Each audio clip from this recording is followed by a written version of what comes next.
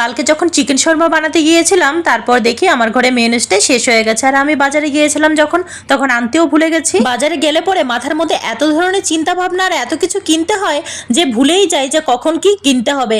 তার জন্য মাঝে মধ্যে লিখে লিখে নিয়ে যাই। কিন্তু এই সপ্তাহে যখন বাজারে গিয়েছিলাম তখন একদম মাথা থেকে বেরিয়ে গেছে যে আমার ঘরে মেয়োনিজটা শেষ হয়ে গেছে। তো ভাবলাম ঘরেই তাহলে একটু মেয়োনিজ বানিয়ে নিই। আর এইবার একদম ভেজ মেয়োনিজ বানাবো যেন নিরামিষের দিনেও আমার কাজ চলে যায়। বেশি কিছু একদমই লাগে না, 1 বাটি দুধ, 2 বাটি তেল, একটু চিনি আর একটু লবণ আর একটুখানি লেবুর রস লাগে। দুধটা পুরো বাটি দিয়ে লবণ, চিনি আর 4-5 ড্রপ লেবুর রস দেওয়ার পর তেলটা কিন্তু আমি একদম ভাগে ভাগে দেবো। তেলটা আমি 6 বারে ইউজ করেছি। আমি কিন্তু এখানে বড় বাটির 1 বাটি দুধ নিয়েছি আর কিন্তু বড় বাটির 2 বাটি তেল নিয়েছি। ছোট বাটিতে নিয়েছি কিন্তু ঠিক আন্দাজ মতো আমি নিয়ে নিয়েছি। আর দেখো কত সুন্দর মেয়োনিজ ঘরে রেডি হয়ে গেছে। এটা আমি অনেকদিন পর্যন্ত ইউজ করতে পারবো ফ্রিজে রেখে রেখে।